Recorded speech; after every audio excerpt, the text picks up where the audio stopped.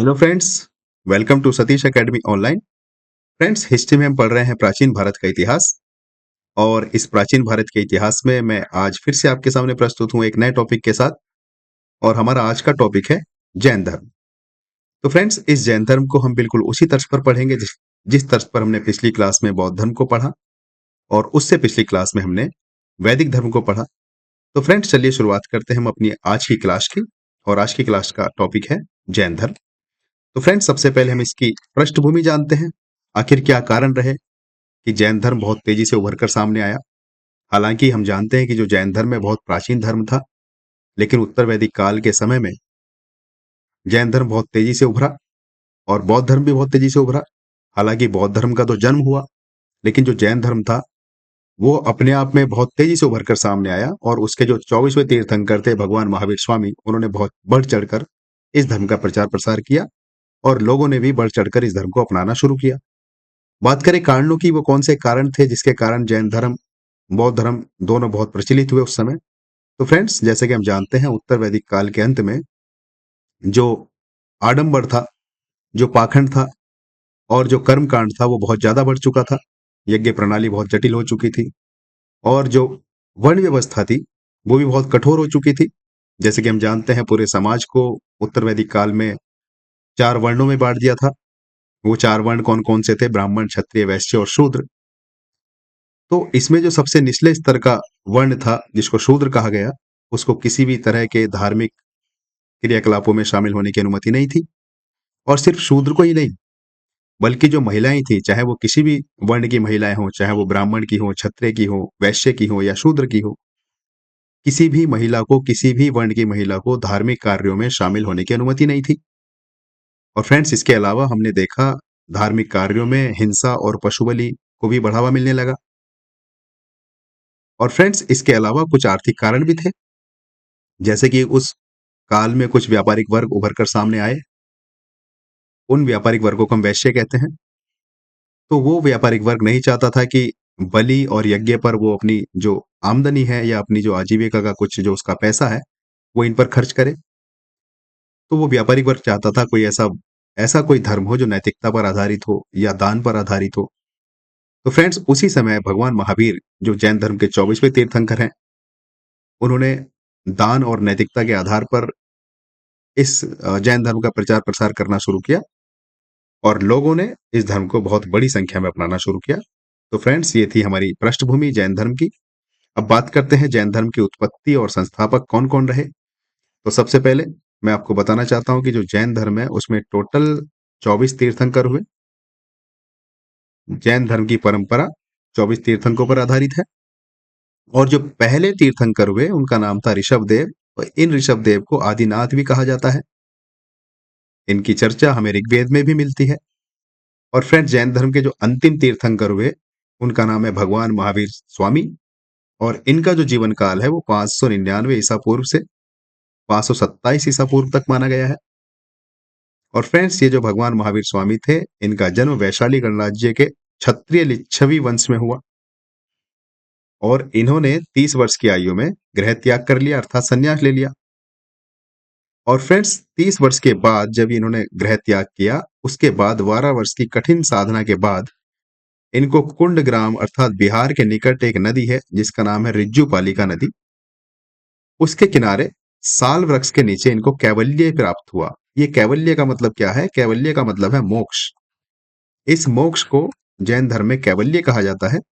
और इस कैवल्य की जो इसका जो मतलब स्तर है वो स्वर्ग से भी ऊंचा माना जाता है। अर्थात इस कैवल्य की अवस्था में जो जीव है वो अपने वास्तविक स्वरूप को पा लेता है। फ्रेंड्स, ये दार्शनिक बातें हैं, हम जरूर इन पर चर्चा करेंगे। और फ्रेंड्स, जो जैन धर्म के अनुयायी हुए उनको जिन कहा गया। जिन का अर्थ होता है जिन्होंने अपनी इंद्रियों पर विजेता या विजय प्राप्त कर ली हो, उसको जिन कहते हैं। और यहीं से जैन धर्म शब्द निकल के सामने आता है।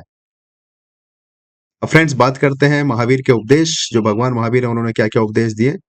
तो उनका पहला उपदेश है, भगवान महावीर ने आत्मा की मुक्ति के लिए 3 रत्न दिए। वो 3 रत्न कौन कौन से हैं आपके सामने है। सम्यक दर्शन अर्थात सही विश्वास करो, सम्यक ज्ञान अर्थात सही ज्ञान रखो, और सम्यक चरित्र अर्थात जो आपका आचरण है उसको सही रखो। फ्रेंड्स, इस त्रिरत्न के अलावा महावीर स्वामी ने पंच महाव्रत दिए। ये पंच महाव्रत आपके सामने है, जैसे कि अहिंसा, सत्य, अस्त्य, ब्रह्मचर्य और अपरिग्रह। आप जानते हैं कि जो जैन धर्म है वो अहिंसा परमो धर्म का नारा देता है, अर्थात उसका जो मुख्य स्लोगन है वो अहिंसा परमो धर्म है। जैन धर्म एकमात्र ऐसा धर्म है जो पेड़ पौधों में भी जीव को मानता है, आत्मा को मानता है। तो जैन धर्म के जो अनुयायी हैं वो अहिंसा परमो धर्म का पालन करते हैं, और इसीलिए आपने देखा होगा जो जैन मुनि है वो मास्क लगाकर घूमते हैं। हमने तो कोविड के टाइम पर मास्क लगाना शुरू किया था, लेकिन जो जैन मुनि है आप देखेंगे अधिकतर वो चेहरे पर मास्क लगाकर रहते हैं। उनका कारण यह है कि जो छोटे छोटे सूक्ष्म जीव हैं वो सांस के माध्यम से उनके अंदर ना चले जाएं और किसी की हत्या ना हो जाए। इसलिए उस हत्या से बचने के लिए, उस हिंसा से बचने के लिए वो अपने चेहरे पर मास्क लगाकर रखते हैं। और इसलिए जैन धर्म का जो पुराना बहुत ही प्रचलित स्लोगन है वो है अहिंसा परमो धर्म। तो जो पंच महाव्रत है उसमें जो पहला व्रत है वो है अहिंसा, और दूसरा जो महाव्रत है वो है सत्य, अर्थात सत्य बोलना, और तीसरा महाव्रत है अस्त्य। अस्त्य का अर्थ होता है चोरी ना करना, और चौथा महाव्रत है ब्रह्मचर्य, अर्थात इंद्रियों पर संयम रखना, और पांचवा महाव्रत है अपरिग्रह। इसका अर्थ हुआ कि आवश्यकता से अधिक धन संचित न करना। तो फ्रेंड्स, ये महावीर के द्वारा, जो भगवान महावीर है उनके द्वारा दिए गए पंच महाव्रत है। फ्रेंड्स, बात करते हैं आगे कुछ जैन योग के प्रमुख सिद्धांत या दर्शन या उनके विचार। तो वो आपके सामने है। जैसे कि मैंने आपको बताया, जो अहिंसा है वो जैन धर्म का मूल आधार है। इस अहिंसा के अलावा हमारे पास एक बहुत ही मुख्य विचार जैन धर्म का सामने निकल कर आता है, और उसका नाम है स्यादवाद। फ्रेंड्स, इस स्यादवाद का क्या मतलब हुआ? इस स्यादवाद का मतलब हुआ कि किसी वस्तु का ज्ञान या चिंतन देश काल एवं दृष्टिकोण सापेक्ष होता है। ये सापेक्षता का सिद्धांत है, अर्थात कोई भी वस्तु है वो देश काल और दृष्टिकोण सापेक्ष होती है। इसका क्या अर्थ हुआ? इसका अर्थ ये हुआ, चलो सपोज आप में से कोई एक व्यक्ति हो। चलिए, मैं क्या नाम रखना चाहिए मुझे? आ, चलिए मैं एक नाम यहां पर रख देता हूं, रवि। ये एक व्यक्ति है। तो ये रवि हमारे मतलब भारत देश का व्यक्ति है, तो नागरिकता की दृष्टि से ये भारतीय होगा। इस रवि की कोई सिस्टर होगी, उस सिस्टर की दृष्टि से ये भाई होगा। इस रवि की माता होगी, माता की दृष्टि से ये पुत्र होगा। पिता होंगे, पिता की दृष्टि से भी पुत्र होगा। और इस रवि के गुरु हो सकते हैं, तो गुरु की दृष्टि से ये शिष्य होगा। या इस रवि की वाइफ हो सकती है, तो वाइफ की दृष्टि से ये पति होगा। और इस रवि के बच्चे भी हो सकते हैं, तो बच्चों की दृष्टि से ये पिता होगा। ऐसे ही और भी बहुत सारी चीजें हैं। अगर ये विद्यार्थी हुआ तो उसकी दृष्टि से ये शिष्य होगा, गुरु की दृष्टि से मैंने वो लिख दिया है। तो अब आप सोचिए, ये कहने को तो व्यक्ति एक ही है रवि, लेकिन अगर हम बात करें भारत की, देश की, तो देश की नजर से ये भारतीय है, बहन की नजर से भाई है, माता पिता की दृष्टि से ये पुत्र है, गुरु की दृष्टि से शिष्य है, पत्नी की दृष्टि से पति है, बच्चों की दृष्टि से पिता है। तो यही स्यादवाद है, इसे ही जैन धर्म ने स्यादवाद कहा, और ये सापेक्षता का सिद्धांत है। इसका क्या मतलब हुआ? इसका मतलब हम आगे समझेंगे। तो फ्रेंड्स, स्यादवाद को हमने समझा। अब बात करें अनेकांतवाद की। अनेकांतवाद, इसका भी अर्थात मतलब वही मतलब हुआ जो स्यादवाद का है, बस थोड़ा सा व्यापक रूप हुआ। इसको भी जो सत्य है ये कहता है जो सत्य है उसको कई दृष्टिकोणों से देखना चाहिए, उसको अनेकांतवाद बोलते हैं। अर्थात द्रव्य की अनेकता मानना। ये द्रव्य क्या है हम समझेंगे। और फ्रेंड्स, उसी तरीके से एक तीसरा सिद्धांत हमारे सामने निकल के आता है जिसका नाम है सप्तभंगी न्याय। ये सप्तभंगी न्याय स्यादवाद और अनेकांत का ही व्यापक रूप है। ये सप्तभंगी न्याय क्या है? देखो, ये सप्तभंगी न्याय ये है कि किसी भी वस्तु को तुम बोलते हो या किसी भी तुम चीज को कहना चाहते हो कुछ, तो कहने से पहले उसके आगे स्यात लगाओ। स्यात का अर्थ हुआ शायद। तो सप्तभंगी न्याय यह कहने की कोशिश करता है कि हम गारंटी के साथ नहीं कह सकते कि कोई चीज यही है। हम 100% श्योरिटी नहीं कह सकते। अगर हमें सामने सांप भी पड़ा हुआ दिख रहा है तो हम कह देंगे स्यात सांप, अर्थात शायद सांप है। ऐसा क्यों कहा? ऐसा इसलिए कहा कि शायद वो रस्सी हो। तो जैन धर्म का जो सप्तभंगी न्याय है वो स्यादवाद और अनेकांतवाद का ही व्यापक रूप है। और जैन धर्म ये कहता है कि हम कोई भी वाक्य या सेंटेंस कहते हैं या कोई भी वस्तु कहते हैं तो उसके आगे कहने से पहले स्यात जोड़ दो। स्यात का अर्थ होता है शायद।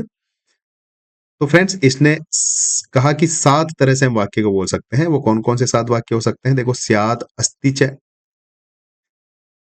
इसका अर्थ हुआ कि शायद कोई चीज है।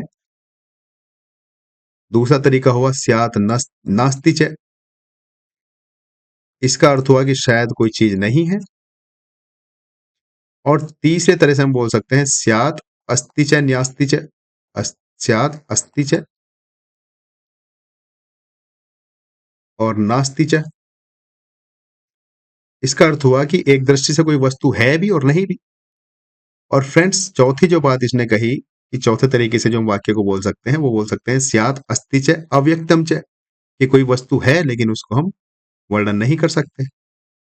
और पांचवें तरीके से कही कि स्यात् नास्ति च अव्यक्तम च, अर्थात कोई वस्तु नहीं है और उसको वर्णन भी नहीं कर सकते। तो फ्रेंड्स उसी तरीके से सप्तभंगी नय ने ये कहा कि कोई भी तुम बात कहना चाहते हो उसके आगे स्यात् जोड़ो, क्योंकि हर बात को हम 7 तरीके से कह सकते हैं। यही सप्तभंगी नय है। अर्थात अस्ति च का मतलब है कि कोई चीज है, स्यात् नास्ति च का मतलब है कि कोई चीज नहीं है, और स्यात् अस्ति च नास्ति च का मतलब है कि कोई चीज है भी है एक दृष्टि से और कोई चीज नहीं भी है। आपको लगता होगा, आपको लग रहा होगा कि मैं क्या है भी नहीं भी क्या पागलों वाली बातें कर रहा हूँ। फ्रेंड्स ये दार्शनिक बातें हैं, इनको समझना बहुत आसान काम नहीं है। लेकिन फिलहाल हम ये समझ लेते हैं कि जो स्यादवाद है, देखो हमने पहला सिद्धांत पढ़ा स्यादवाद। ये स्यादवाद कहता है कि कोई भी विषय वस्तु का ज्ञान देश काल और दृष्टिकोण सापेक्ष होता है। और अनेकांत कहता है कि हर वस्तु के अनेक रूप होते हैं, अर्थात द्रव्य अनेक है। और जो सप्तभंगी नय है ये स्यादवाद और अनेकांतवाद का ही व्यापक रूप है। देखो, अगर आपको अभी बात नहीं समझ में आ रही है तो जैन धर्म में एक बहुत अच्छा उदाहरण दिया जाता है, उसको मैं आपके सामने रखता हूँ। जैन धर्म में एक उदाहरण ये है कि 6 अंधों की कहानी है। वो 6 अंधों की कहानी क्या है कि कोई चीज कैसे कह सकता है कोई इंसान। देखो, ये बीच में हाथी खड़ा है। चलो मैं यहाँ पर आपके लिए हाथी बना देता हूँ। सपोज ये, चलो ये हाथी है बीच में और इसके चारों तरफ 6 अंधे खड़े हैं। 1, 2, 3, 4, 5 और 6। ये 6 अंधे इस हाथी के चारों ओर खड़े हैं और सबसे पहले अंधे ने सूंड छुआ हाथी का। ये अंधा हाथी का सूंड छूता है और सूंड छूने के बाद ये उस छूने के बाद सूंड को कहता है कि ये तो सांप है। भाई चूंकि उसे तो दिख नहीं रहा, अंधा है, उसने हाथी का सूंड छुआ और जो सूंड है उसको छूकर कह दिया कि यार ये तो सांप है। उसी प्रकार दूसरे अंधे ने हाथी का पैर छुआ और पैर छूने के बाद उसको लगा कि ये तो पेड़ है, इसने हाथी के पैर को पेड़ बता दिया। तीसरे अंधे ने कान छुआ, कान छूने के बाद इसने कहा ये तो पंखा है। चौथे अंधे ने हाथी का पेट छुआ या पीठ, चलो पेट ही कह लो, तो इस पेट को चौथे अंधे ने कहा कि ये तो दीवार है। पांचवें अंधे ने हाथी की पूंछ छुई और इस पूंछ को छूने के बाद उसने कहा ये तो रस्सी है। और जो छठा अंधा था उसने हाथी के दांत छू लिए। दांत छूने के बाद उसने कहा ये तो भाला है। तो बताओ, जो कंप्लीट हाथी है वो किसी ने नहीं बताया कि ये हाथी है। 6 लोगों ने हाथी के 6 अलग अलग अंग छुए और सभी ने उनको अलग अलग बता दिया। जिसने दांत को पकड़ा उसने भाला कह दिया, जिसने सूंड पकड़ा उसने सांप बता दिया, जिसने पैर को छुआ उसने पेड़ बता दिया, जिसने कान को छुआ उसने पंखा बता दिया, जिसने हाथी का पेट पकड़ा उसने दीवार बता दी और जिसने हाथी की पूंछ पकड़ी उसने रस्सी बता दी। तो फ्रेंड्स यही स्यादवाद है। स्यादवाद यही कहता है कि प्रत्येक वस्तु का ज्ञान दृष्टिकोण सापेक्ष होता है। चलिए फ्रेंड्स बात करते हैं अनात्मवाद की। तो देखो, जैन धर्म में आत्मा को नित्य शाश्वत माना गया है कि नित्य आत्मा की सत्ता है और वह शाश्वत है, जो जन्मों जन्मांतर तक जन्म लेती रहती है और जब तक उसका जन्म चक्र चलता रहता है, जन्म मरण चक्र, जब तक उसको कैवल्य ना मिल जाए। कैवल्य अर्थात मोक्ष, ये हम देखेंगे मोक्ष की क्या अवधारणा है और बंधन की क्या अवधारणा है। उसके बाद फ्रेंड्स अगला सिद्धांत है जैन धर्म का परिमाणवाद। ये परिमाणवाद कहता है कि जो जीव है उसके शरीर के आकार के अनुसार आत्मा का आकार बदलता रहता है। इसको परिमाणवाद कहा। अर्थात जो आत्मा है उसका आकार शरीर के आकार के अनुसार तय होता है। अगर शरीर बड़ा होगा तो आत्मा भी बड़ी होगी, और अगर शरीर छोटा होगा तो आत्मा भी छोटी होगी। जैसे उदाहरण दिया कि हाथी का शरीर बड़ा है तो हाथी की आत्मा बड़ी होगी, और अगर हाथी का शरीर छोटा है तो हाथी की सॉरी, अगर चींटी की जैसे चींटी है, चींटी का शरीर छोटा है तो चींटी की आत्मा भी छोटी होगी। तो फ्रेंड्स, ये जैनियों का परिमाणवाद है। और अब हम बात करते हैं कर्म सिद्धांत की। देखो, बहुत सारे कर्म सिद्धांत जैन धर्म में माने गए हैं। जैन धर्म ने माना है कि जो हमारा ज्ञान होता है वो हमारे कर्मों के आधार पर होता है। जैन धर्म में ये भी माना गया है कि हमारा जो शरीर होता है वो हमारे कर्मों के आधार पर मिलता है। जैन धर्म में आयु को भी कर्म के आधार पर बताया गया है कि जो हमारी आयु है वो भी कर्म के आधार पर मिलेगी। और जैन धर्म में जो गोत्र है, हम किस गोत्र में जन्म लेंगे, वह भी हमारे कर्मों के आधार पर तय होगा। तो फ्रेंड्स, ये कर्म सिद्धांत है जैन धर्म का। और बात करते हैं बंधन और मोक्ष की। तो देखो, बंधन और मोक्ष क्या है, हम इसको समझते हैं डिटेल में। जैन धर्म का जो बंधन और मोक्ष सिद्धांत है वो ये कहता है कि जो जीव है, सपोज ये मैं आपके सामने जीव बनाता हूं। जीव मतलब जीवात्मा। अब ये जीव पुद्गलों से घिरा रहता है। यहां पर मैंने आपको समझाया पुद्गल आश्रव क्या है। ये पुद्गल है इधर। ये पुद्गल इसकी ओर लगातार आकर्षित हो रहे हैं, और ये जीव की ओर आकर्षित हो रहे हैं पुद्गल लगातार, जिनको कुप्रवृत्तियां बोलते हैं। इनको कषाय भी कहते हैं।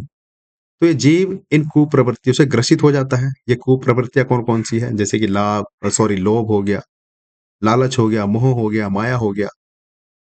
इन सभी कुप्रवृत्तियों से ये जीव ग्रसित हो जाता है, और इन कुप्रवृत्तियों के कारण ये जीव बंधनग्रस्त हो जाता है। अर्थात बंधनता का जो मुख्य कारण है वो कुप्रवृत्तियां हैं। जैसे कि लाभ हो गया, अहंकार हो गया, मोह हो गया, माया हो गया। ये जो सारी कुप्रवृत्तियां हैं, इन कुप्रवृत्तियों के कारण ये जीव बंधनग्रस्त रहता है। और फ्रेंड्स, इनको पुद्गल कहा। ये पुद्गल लगातार इसकी ओर आकर्षित हो रहे हैं जीव की, और ये जीव दिनों दिन बंधनग्रस्त होता जा रहा है। अब बात करते हैं कि मोक्ष कैसे मिलेगा। अगर कोई जीव बंधनग्रस्त है तो उसको मोक्ष कैसे मिलेगा। तो उसको मोक्ष ऐसे मिलेगा कि ये जो पुद्गल इसके जीव की ओर आकर्षित हो रहे हैं, ये पुद्गल हैं, और ये इधर जीव है, ये इसकी ओर लगातार आकर्षित हो रहे हैं। तो किसी तरीके से इन पुद्गलों को जीव की ओर आकर्षित होने से रोकना है।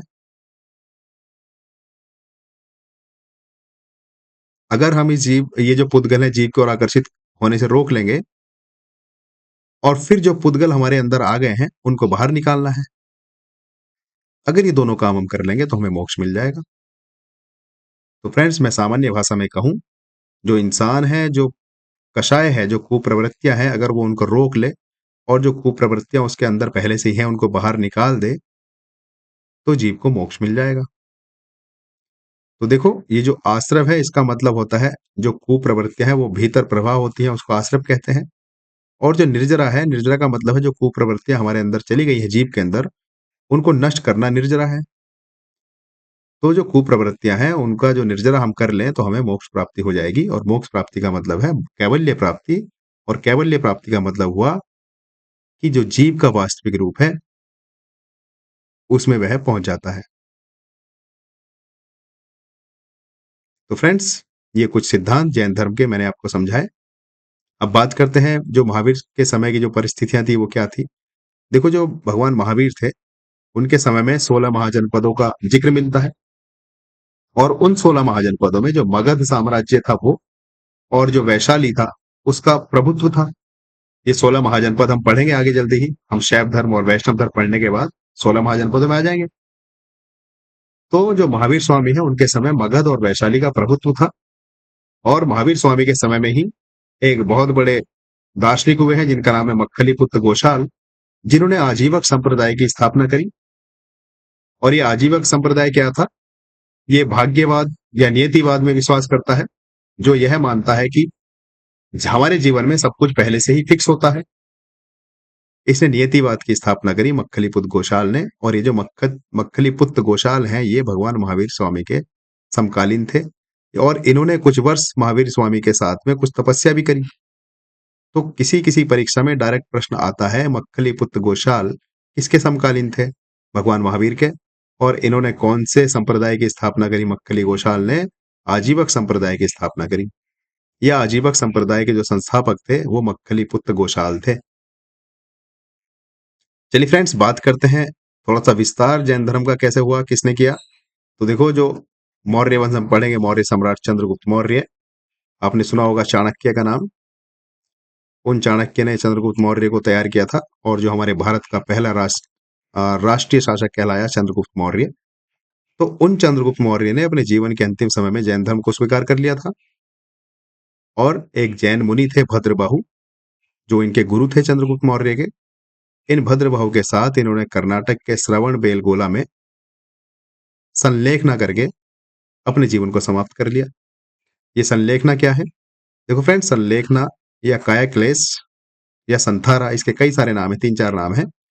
ये संलेखना या कायाक्लेश या संथारा का मतलब है कि जैन धर्म में ऐसी एक अवधारणा है कि अगर हमारे कोई बुरे कर्मों का फल मिलना बाकी रह गया है, तो हम अपने आप को कष्ट दे देकर, अर्थात ना तो पानी पिएंगे, ना खाना खाएंगे, या कहीं ऊपर से छलांग लगा देंगे, या कुछ भी XYZ, ताकि जो हमारे बुरे कर्म है उनका जो फल है इसी जीवन में मिल जाए, हमारा दोबारा जन्म ना हो। उसको बोलते हैं संलेखना। तो जैन मुनियों का या जैन धर्म की ऐसी अवधारणा है कि अगर हम संलेखना करेंगे तो हमारे जो सारे कर्म फल हैं वो नष्ट हो जाएंगे, क्योंकि हमारा जो फल मिलने वाला होता है अगले जन्म में, उसको हमने इसी जन्म में भोग लिया है। भूखे रहकर, प्यासे रहकर, या कहीं से कूद कर, या कहीं से अपना हाथ पैर तोड़कर, और इसी तरह से अपने प्राण दे देना, इसको संलेखना बोलते हैं। उपवास द्वारा मृत्यु, इसको कहते हैं संलेखना। और इस संलेखने की जो अवधारणा है वो यही है कि अगर हमारा कोई कर्म फल है जो हमें नहीं मिला, और जिसके कारण हमें अगला जन्म मिल सकता है, तो उस अगले जन्म को रोकने के लिए संलेखना की पद्धति है। जैन धर्म में संथारा है, इसको कायाक्लेश भी कहते हैं। हालांकि अगर हम संवैधानिक दृष्टि से करें तो इसके अलग अपवाद हैं कि हमारा कानून उसमें कुछ निर्बंधन लगाता है। लेकिन धर्म की हम बात कर रहे हैं, जैन धर्म की। उस जैन धर्म में इस संलेखना का बहुत बड़ा रोल है। और इसी संलेखना के द्वारा, मैं बात बता रहा था, चंद्रगुप्त मौर्य ने, ये इनके गुरु थे भद्रबाहु, इनके साथ कर्नाटक के श्रवण बेलगोला में संलेखना पद्धति से अपनी मृत्यु करा ली या कर ली। तो फ्रेंड्स, ये बहुत ही इंपॉर्टेंट प्रश्न हमारा हिस्ट्री में बनता है कि चंद्रगुप्त मौर्य ने कहां पर संलेखना किया? श्रवण बेलगोला में। किसके साथ किया? भद्रबाहु के साथ। और फ्रेंड्स, इसी समय में एक और मुनि हुए, जैन मुनि, जो उत्तर भारत में थे, जिनका नाम था स्थूल भद्र। अब इन्होंने श्वेतांबर संप्रदाय की स्थापना करी। जैसे कि हम जानते हैं कि जैन धर्म के 2 संप्रदाय होते हैं। कौन कौन से वो संप्रदाय हैं? एक तो दिगंबर होता है, और दूसरा संप्रदाय होता है श्वेतांबर। तो फ्रेंड्स, ये जो दिगंबर संप्रदाय है, ये नग्न रहता है, अर्थात वस्त्र नहीं पहनता है। और चलिए हम आगे पढ़ते हैं, मैंने आपको पूरा नोट्स बना के तैयार किया है। तो देखो, जैन धर्म के 2 संप्रदाय हमें देखने को मिलते हैं, एक दिगंबर, एक श्वेतांबर। अगर हम बात करें दिगंबर की, तो दिगंबर आकाश वस्त्र धारण करने वाले होते हैं, अर्थात इनका ये मानना होता है दिगंबर का, ये वस्त्र नहीं पहनते हैं, नग्न अवस्था में रहते हैं। तो इनका ये मानना है कि चारों दिशाएं, चारों नहीं 10 दिशाएं ही हमारे वस्त्र हैं। हम अलग से कपड़े क्यों पहने? जब 10 की 10 दिशाएं हमारे अपने आप में वस्त्र हैं, तो हम अलग से वस्त्र नहीं पहनेंगे। और ये सब नग्न अवस्था में रहते हैं जो दिगंबर मुनि होते हैं। और इनकी जो अवधारणा है वो ये है कि स्त्रियों को मोक्ष नहीं मिल सकता है, और इनकी जो मूर्तियां होती हैं वह भी निर्वस्त्र बनाई जाती हैं। फ्रेंड्स, बात करें श्वेतांबर की, तो श्वेतांबर सफेद वस्त्र पहनते हैं, और इनके जो मुनि हैं, जैन मुनि, वो सफेद वस्त्र पहन कर रहते हैं। और श्वेतांबर जो मत है उसका मानना है कि स्त्रियां भी मोक्ष प्राप्त कर सकती हैं। और श्वेतांबर जो संप्रदाय है उसकी जो मूर्तियां बनाई जाती है वो वस्त्र और आभूषण से सुसज्जित करके बनाई जाती है। तो फ्रेंड्स, ये बहुत बड़ा अंतर श्वेतांबर और दिगंबर में। अगर तुमसे पूछा जाए जैन धर्म में कौन सा संप्रदाय है जो नहीं मानता कि स्त्रियों को मोक्ष मिलना चाहिए या मोक्ष के लिए नहीं है, तो वह है दिगंबर। दिगंबर संप्रदाय में स्त्रियों को मोक्ष से दूर रखा गया है। अब फ्रेंड्स, बात करते हैं जैन धर्म के ग्रंथ की। जो मुख्य ग्रंथ हैं वो आपके सामने है। देखो, पहला ग्रंथ हमारे सामने है। हालांकि पहला दूसरा तो नहीं कहना चाहिए, मैंने मुख्य मुख्य ग्रंथ आपको सामने रखे हैं। अंग और उपांग ग्रंथ, ये जो श्वेतांबर संप्रदाय है उसके द्वारा संकलित किया गया। और इस जो ग्रंथ की जो भाषा है वो अर्धमागधी है, प्राकृतिक भाषा है। और फ्रेंड्स एक प्रसिद्ध ग्रंथ है आचार अंग सूत्र, जिसको बोलते हैं आचार अंग सूत्र, और एक भगवती सूत्र। ये दोनों अंग बहुत इंपॉर्टेंट है, सॉरी दोनों ग्रंथ किसी ना किसी एग्जाम में ये दे दिए जाते हैं और पूछा जाता है कि जैन धर्म से संबंधित कौन कौन से ग्रंथ हैं। तो आचार अंग सूत्र और भगवती सूत्र जैन धर्म से प्रसिद्ध है। और एक और ग्रंथ आपको मिलेगा देखने को, जिसको बोलते हैं तत्वार्थिगम सूत्र। ये उमा स्वामी द्वारा बनाया गया या संकलित किया गया, और इस ग्रंथ को दोनों संप्रदाय मानते हैं। यहां से प्रश्न बन जाता है ऐसा कौन सा ग्रंथ है जिसको दिगंबर और श्वेतांबर दोनों मानते हैं। तो वो ग्रंथ है आपके सामने तत्वार्थधिगम सूत्र। और जिसको केवल श्वेतांबरों ने संकलित किया वो ग्रंथ कौन सा है, वो है अंग और उपांग। तो इस तरह से भी आपसे प्रश्न पूछे जा सकते हैं, आपको तैयार रहना होगा। चलिए फ्रेंड्स, अब बात करते हैं जैन धर्म के प्रभाव की। तो देखो, जैन धर्म का प्रभाव जो मूर्ति कला है उस पर भी पड़ा। जो जैन प्रतिमाएं हैं वो काफी बड़ी संख्या में देखने को मिलती हैं, और जो जैन प्रतिमाएं बनाई जाती हैं वो शांत और ध्यान अवस्था में बनाई जाती है। बात करें वास्तुकला पर कितना प्रभाव पड़ा जैन धर्म का, तो वास्तुकला में भी बहुत प्रभाव पड़ा। जैसे कि जो दिलवाड़ा के मंदिर है माउंट आबू में, वो देखने को मिलते हैं। रणकपुर मंदिर है, और श्रवण बेल गोला का जो गोमेटेश्वर प्रतिमा है जो 57 फीट की है, वो भी वास्तुकला के क्षेत्र में अग्रणीय है। फ्रेंड्स, बात करते हैं साहित्य की। तो प्राकृत और संस्कृत और कन्नड़ भाषा में साहित्य का विकास देखने को मिलता है जैन धर्म का, इन तीनों भाषा में, प्राकृत भाषा में, संस्कृत भाषा में और कन्नड़ भाषा में। फ्रेंड्स, बात करते हैं जो जैन धर्म का प्रभाव है, सामाजिक प्रभाव क्या रहा, तो बहुत ही अच्छा रहा। अहिंसा पर बल देता है और शाकाहार पर बल देता है। तो फ्रेंड्स, ये हमारा जैन धर्म का प्रभाव था। अब हम चलते हैं अपने एमसीक्यूज पर, और जाते जाते मैं आपको एक बात और बता देता हूं, जैन धर्म एकमात्र ऐसा धर्म है, बहुत ही इंपॉर्टेंट नोट से आपको नोट करना चाहिए। जैन धर्म एकमात्र ऐसा धर्म है जो जो वनस्पतियों में भी आत्मा को मानता है।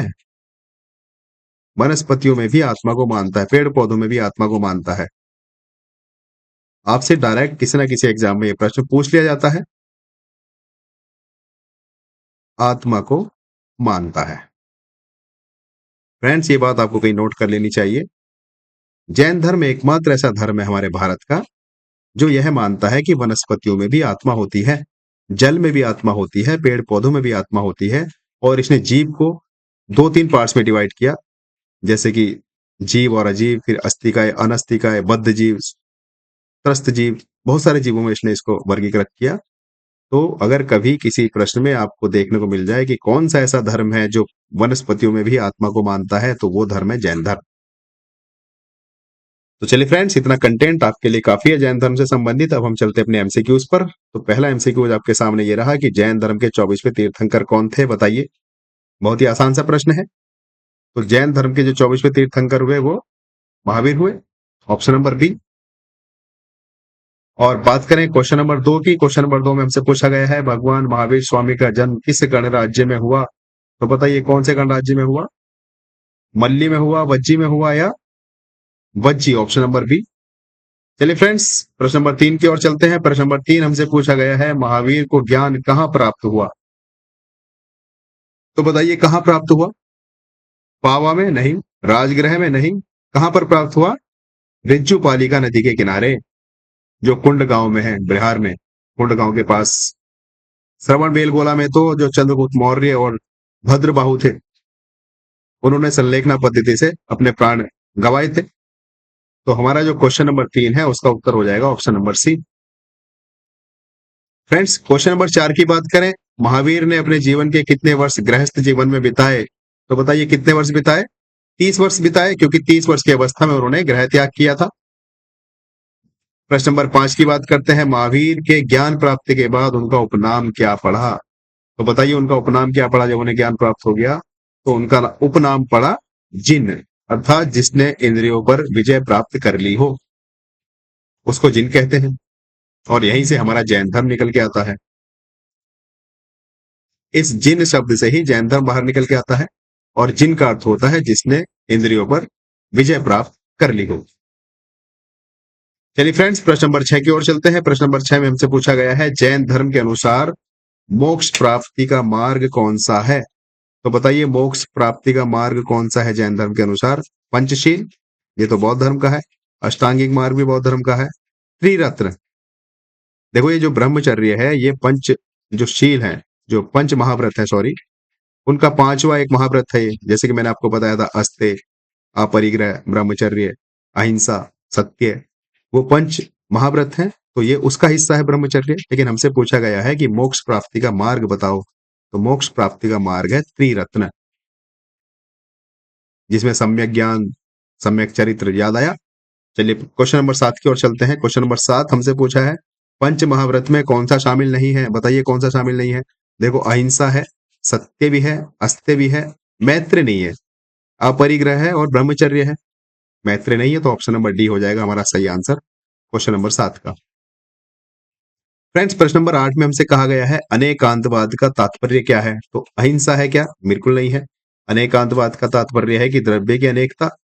अनेक दृष्टिकोण, बिल्कुल ऑप्शन नंबर बी। अपरिग्रह, ये तो हमारा, इसका मतलब हुआ कि आवश्यकता से अधिक धन नहीं संचय करना चाहिए। और संयम तो अलग ही चीज है। तो अनेकांतवाद का अर्थ हुआ अनेक दृष्टिकोण। प्रश्न नंबर 9 में फ्रेंड्स हमसे कहा गया है कि महावीर के समकालीन कौन थे? तो बताइए, महावीर के समकालीन कौन थे? कपिल, अजित केश कंबल, या फिर मक्खली घोषाल, या फिर उपर्युक्त सभी? फ्रेंड्स, ये उपर्युक्त सभी इसका उत्तर हो जाएगा। आप जब हिस्ट्री में डिटेल में थोड़ा सा और पढ़ोगे तो आपको ये सारे नाम देखने को मिलेंगे। तो हम कह देंगे उपर्युक्त सभी। इसके बारे में तो हमने जाना, इन्होंने आजीवक संप्रदाय की स्थापना करी और भगवान महावीर स्वामी के साथ में लगभग 6 वर्ष तक इन्होंने तपस्या भी करी। और आजीवक संप्रदाय किसे कहते हैं? जो नियतिवाद में विश्वास करता है, भाग्यवाद में विश्वास करता है, जो ये कहता है कि पहले से ही सब कुछ फिक्स है, जो होगा वो होना ही है, हम उसको रोक नहीं सकते। ये नियतिवाद है। और मक्खलीपुत्र घोषाल ने, ये गोशालक नहीं है, घोषाल है, मक्खलीपुत्र घोषाल ने इसकी स्थापना करी। चलिए फ्रेंड्स, प्रश्न नंबर 10 की ओर चलते हैं। प्रश्न नंबर 10 में हमसे कहा गया, जैन धर्म में आत्मा और शरीर के संबंध को क्या कहा गया? तो बताइए, आत्मा और शरीर के संबंध को क्या कहा गया जैन धर्म में? तो वो कहा गया अनात्मवाद, अर्थात आत्मा शाश्वत है, नित्य है। चलिए फ्रेंड्स, अगले प्रश्न में चलते हैं। प्रश्न नंबर 11, बहुत ही आसान सा प्रश्न और हर परीक्षा में लगभग पूछे जाने वाला प्रश्न। हमसे पूछा गया, चंद्रगुप्त मौर्य ने कहाँ संलेखना किया? तो कहां पर किया? श्रवण बेलगोला में किया।